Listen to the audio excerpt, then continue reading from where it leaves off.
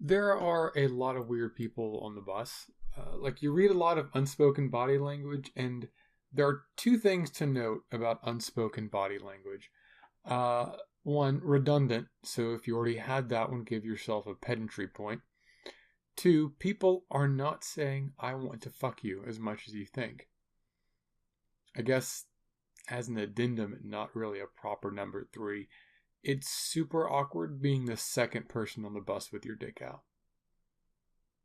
I am kidding, of course.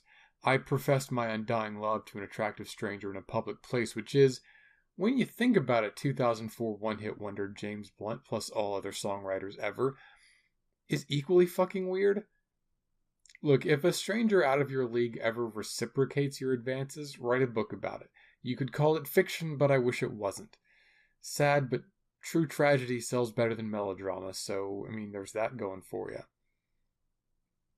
I think there is something erotic about being loved in return, though. Romantic, obviously, but also the other thing. Uh, I mean, we all have bodies that, if you took our corpses to the butcher shop of a secret cannibal, they'd be like, all right, my kid's got to eat, and then they give your family like a little bit of money for it or whatever. More likely, they would sign an affidavit for Sally Mae that your corpse's value won't substantially help cover your family's obligations and your student debt. But hey, that's something. As I was saying this, I really thought Secret Cannibal was going to be the darkest part of it. This is Morning Perfect Base. I am Van Velding. I am going to work on my perfect base a little bit every week, and in a few months, we are going to see how far I've gotten. Today, I am doing some finishing work on the garden, and then I'm going to do a little bit of detail work on the brewing room. Mostly, I'm just going to be putting down mycelium, putting down dirt, so that the mycelium can grow across it, and probably some water as well, fill in a few holes. And then if I've got time, I'm going to start working on tearing out that east wall, the opposite wall there, and I'm going to use that to knock that out so I can put it in the glass for the aquarium. And I'm probably going to pace out the top of the aquarium as well, so I know how to cut down into it. Right. So, cannibalism aside, I am trying to keep a pattern of bouncing between episodes that talk about heavier topics and light pop culture-y episodes. So let's talk video games and movies and nerd shit for 20 minutes. Marvel Ultimate Alliance 3 is coming out. It looks good. A decent update of Marvel Ultimate Alliance 2, which I swear came out less than 10 years ago, but actually came out 10 fucking years ago, guys.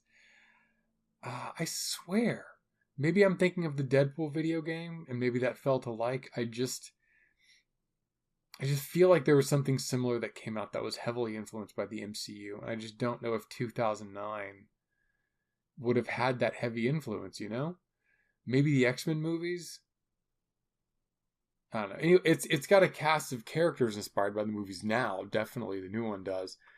Not a lot in terms of real updates from the looks of it. I mean, obviously visual updates, but I mean gameplay updates. You run around, you charge meters, you get super attacks. You can do super attacks at the same time. I assume they still have the specific team up attacks from number 2. If it wasn't exclusive to the Switch, I'd be excited about it. Genndy Tartakovsky's Primal? I don't know if I'm pronouncing that right. It's the person who brought you Samurai Jack in the first Clone Wars series. There's no words in the trailer. Just prehistoric wilds and enough violence to make you have flashbacks to Korgoth of Barbaria. It looks... I'm intrigued. It's a teaser, not really a proper trailer. So I am intrigued. The Dead Don't Die. Okay, I don't know anything about Jim Jarmusch except that he's usually in there whenever people list like art or filmmakers. So The Dead Don't Die looks like a solid small town zombie movie. It's got Bill Murray and Adam Kylo Ren Driver. I think they're like the leads, but Tilda Swinton and Danny Glover and Iggy Pop are all in there. So it looks like it sets its own tone. It looks like it knows what it's doing. It looks like a fun little zombie movie. And weirdly, I think this is Bill Murray's second fun zombie movie. But fuck me, Bill Murray or Bill Murray's agent or whatever can pick him. So if Bill Murray is going to be in zombie movies until the actual zombie apocalypse, then it is a cold comfort that, no, it's a warm comfort. It's a regular comfort that the post-zombie movie era will continue putting out solid, Bill Murray-approved indie zombie films. Control looks like a weird-ass game. It's like if Crackdown had a baby with whatever Death Stranding is doing. And yeah, I know we got a Death Stranding trailer that explains a lot of what Death Stranding is doing, but I'm still in the fucking dark. Well, not the dark, like the very intrigued dark, despite knowing Hideo Kojima's stories don't actually have to make any sense once you learn the whole thing dark. So Control's got the flying superpowers along with the stupid gun, but you're still sneaking through weird ass environments with shadowy hovering characters and alien bullshit and some of that fucking TNT new classics completely black 2-dimensional geometric shape taking up the top half of the screen fuckery. So you know in advance that 33% of this story is going to be explained with because the monolith reasons. But, you know, it's fucking fine. Like Crackdown, plus a less pretentious David Cage game isn't like a bad sell for me. I'm intrigued by the gun customization the most, because ultimately this thing's got to be a video game. No matter how pretty it is, no matter what the story is and the setting is, I got to do stuff in it. And the thing is, when you have superpowers and guns, either your gun kills things more efficiently or it doesn't. In the first case, your powers are just for fun and very contextual, environmental, I won't call them puzzles, highly contextual environmental crosswalks. I'd say stop sign, but you have to press a button at the crosswalks, you know? So anyway, in the case where your powers are more deadly than your gun, then what's the point of the gun? Letting your gun morph around your powers with customization encourages you to use both, especially, you know, if it's like one or the other. And I also like that when you customize the gun, like the visual appearances changes. And it's not a big ask that the customization shows up in the cutscenes and the visual. But, you know, games don't do that enough. I'm happy this game does it. Makes your gun weird. It implies your gun can do weird stuff. I'm super interested. It comes out in August. I am definitely not going to buy it, but it looks good. It looks really good. I would suggest you take a look at it. Maybe you buy it. I don't know. Yesterday. Yeah, another movie is Yesterday. I don't think it looks good. I just want to reiterate what I said in the Endgame review. That it looks like it's about baby boomers jerking off about how their music is powerful and timeless when they can eat a pile of sunblackened possum dicks from the Roadkill Cafe. Fuck them. Section 31. Yeah, they're really doing a Section 31 series. They're going to do it with Michelle Yeoh's Mirror Universe Emperor Georgiou character, which is a whole thing if you're not up on what Discovery's doing. It's a version of a character from the Mirror Universe, so they're evil. I guess that's it. That's the whole thing. So she is going to be in Section 31, the cynical Starfleet unofficial Black Ops organization. Although I guess maybe they're official in Discovery because they have little black Starfleet deltas that make them official. I think they have their own Special 31 ships, their own Special 31, Section 31 booties, and Section 31 fucking Jim Jams and their goddamn lunch boxes and bullshit. Anyway, the show is supposed to show the darker side to the Federation, and that's all just cynical shit about how killing people and murder and war are all necessary for a nation to function, you guys.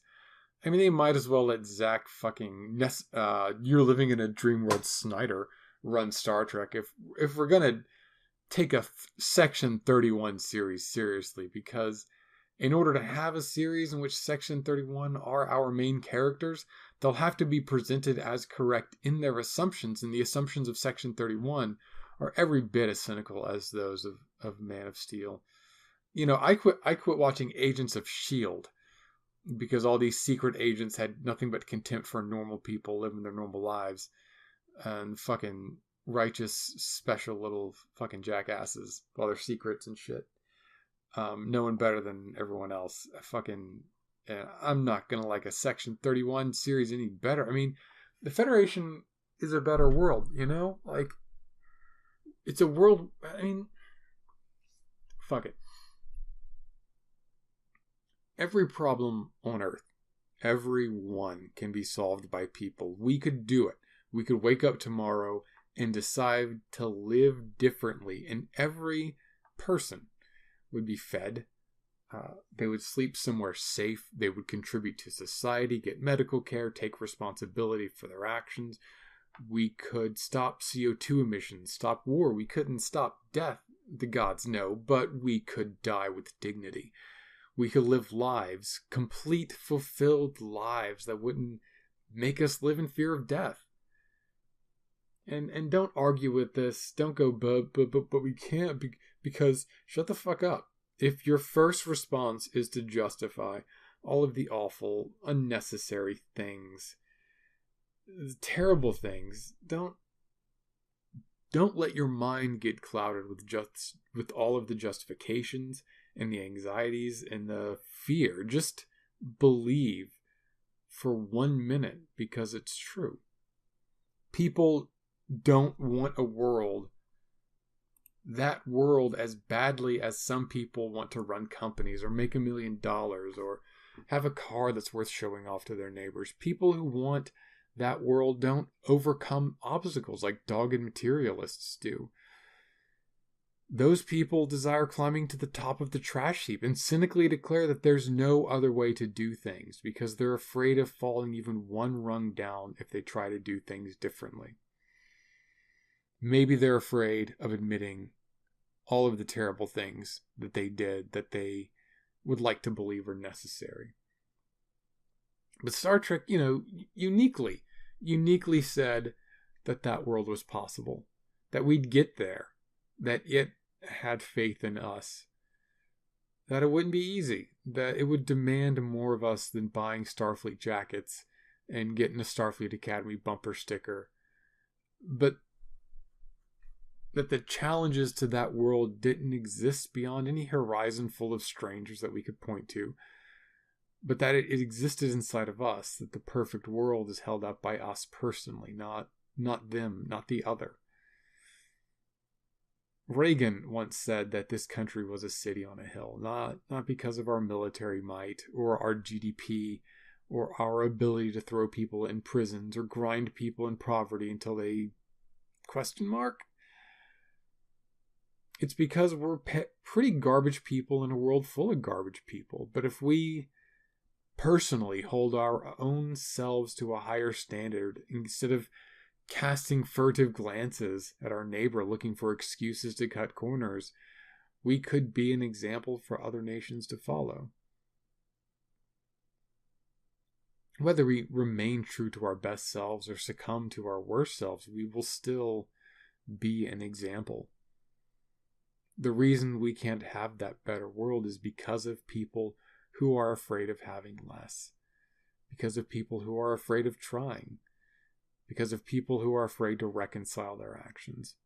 Because people desperately want to be in control.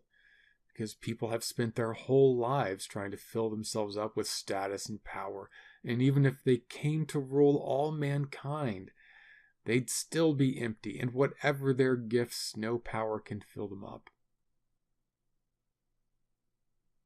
No power can fill what's missing in all of us garbage, fractured people. You can say, oh, there will always be, but that's not true. That's false.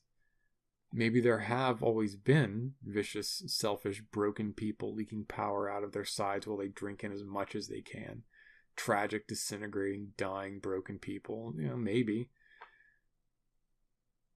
I know we have always had good people who could see through their time and understand the wrongs of slavery, war, poverty, exploitation, and hatred. People who understood that all of humankind should stand equal and proud within the curtain of care of our people with no exclusions. To say there will always be bad people is conjecture. It's illogical. It's easy to believe. It's lazy. It's an excuse to never try. But worse, it's an excuse not to believe in a better world. To see the suffering of our world as necessary, when it's not. It's not necessary, it isn't. We choose that. We choose it and we are damned. And the more power each of us has to change it, the more damned we are. And the more potential each of us has to take the power to make that change. Twice damned.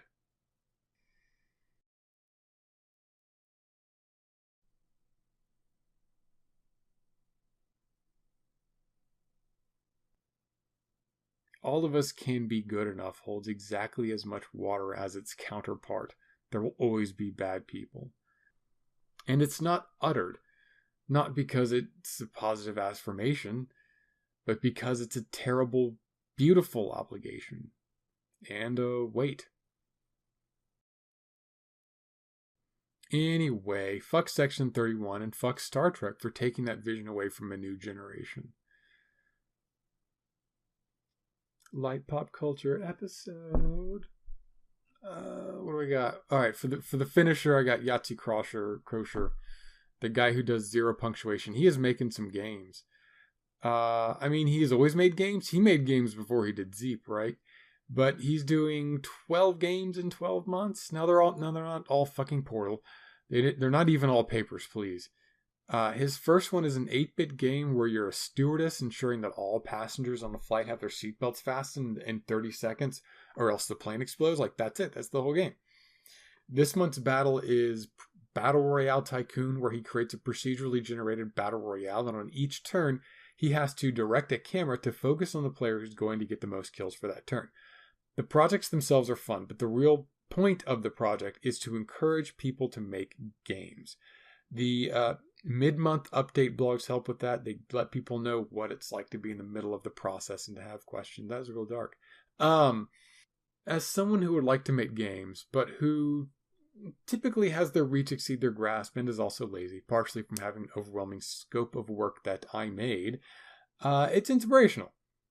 I just got the worst deja vu from that. I think as long as I don't let anyone help me edit this, the worst parts of that deja vu won't happen. Feels bad, man. Look, I'm going to go ahead and cut here. I think I'm just going to work on this aquarium a bit. So whenever I come back, this aquarium is going to be done. I'm just drained from today. I'm going to keep working, but I'm going to cut out. Always keep questioning, always keep learning.